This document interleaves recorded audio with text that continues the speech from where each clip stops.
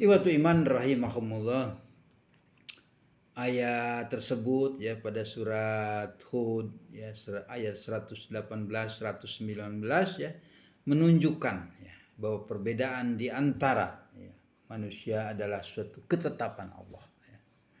Suatu ketetapan Allah ya. Namun ya ada kelompok atau golongan yang mendapat rahmatnya dan selamat ya, dari kesesatan, yaitu yang tidak mau berselisih atau berbeda. Ya. Siapakah mereka itu dan apa hubungannya dengan Rasulullah SAW sebagai rahmatan lil alamin, atau yang dalam surat Al-Ahzab ayat 21 dikatakan laqad kana lakum fi rasulillahi uswatun hasanah. Sungguh pada diri Rasulullah terdapat sebaik-baik teladan bagi manusia.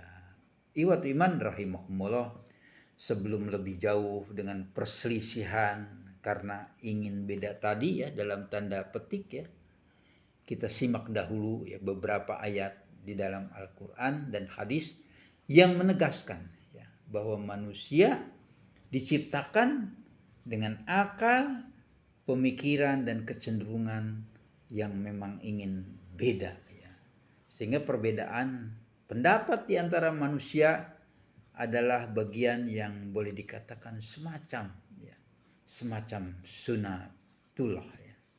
Al-Quran surat Al-Baqarah ya, ayat 213 ya, auzubillahi minasyaitonirrajim, kanan nasu ummatan wahidah fa ba'asa lahun nabiyina mubasyirina wa munzirin wa anzala ma'ahumul kitaba bil haqq liyahkuma bainan nas fi makhtalafu fi wa makhtalafa fihi illal ladzina utuhu min ba'di ma ja'at humul bayyinatu bagyam bainahum fahadallahu alladzi na'amanu limahtalafu fihi minal haqq biizni wallahu yahdi mayyashau ila siratim mustaqim. Manusia itu adalah umat yang satu.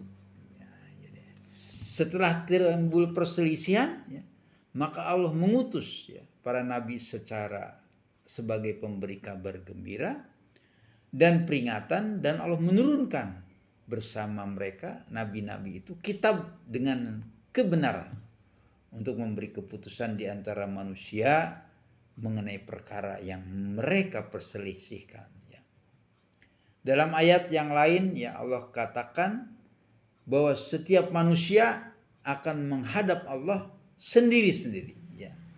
Wa kulluhum atihi yaumal kiamat farda, dan setiap mereka akan datang kepadanya pada hari kiamat dengan sendiri-sendiri ya. Surat Maryam ayat 95 ya.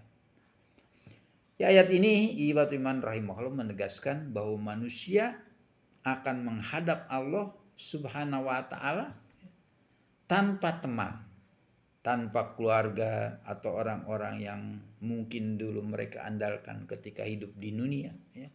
Tidak ada semua itu yang bisa membantu kecuali dengan izin Allah Subhanahu wa taala ya.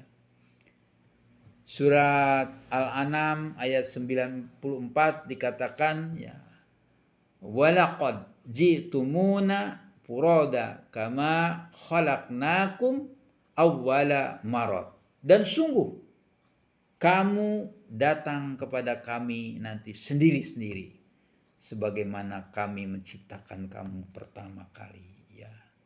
Jadi manusia nanti akan datang kepada Allah Subhanahu wa taala dalam keadaan seperti saat mereka pertama kali diciptakan, tanpa membawa harta, jabatan atau teman ya, kecuali ya, amal yang telah dia perbuat ketika di dunia ya. Ibarat iman rahimahumullah, walaupun manusia menghadap Allah sendiri-sendiri ya, tetapi Rasulullah SAW ya, karena kedudukannya ya, diberikan izin oleh Allah untuk memberikan syafaat kepada umatnya ya, karena kedudukannya sebagaimana di dalam surat Al-Isra ayat 79, ya. Asa ka rabbuka maqama mahmudan, ya. Jadi maqama mahmudan, ya, adalah kedudukan istimewa yang Allah Subhanahu wa taala berikan kepada Rasulullah SAW, yaitu hak untuk memberi syafaat di hari kiamat yang tidak diberikan kepada nabi-nabi atau rasul-rasul yang lain. Ya, iwatu iman rahimakumullah, ya.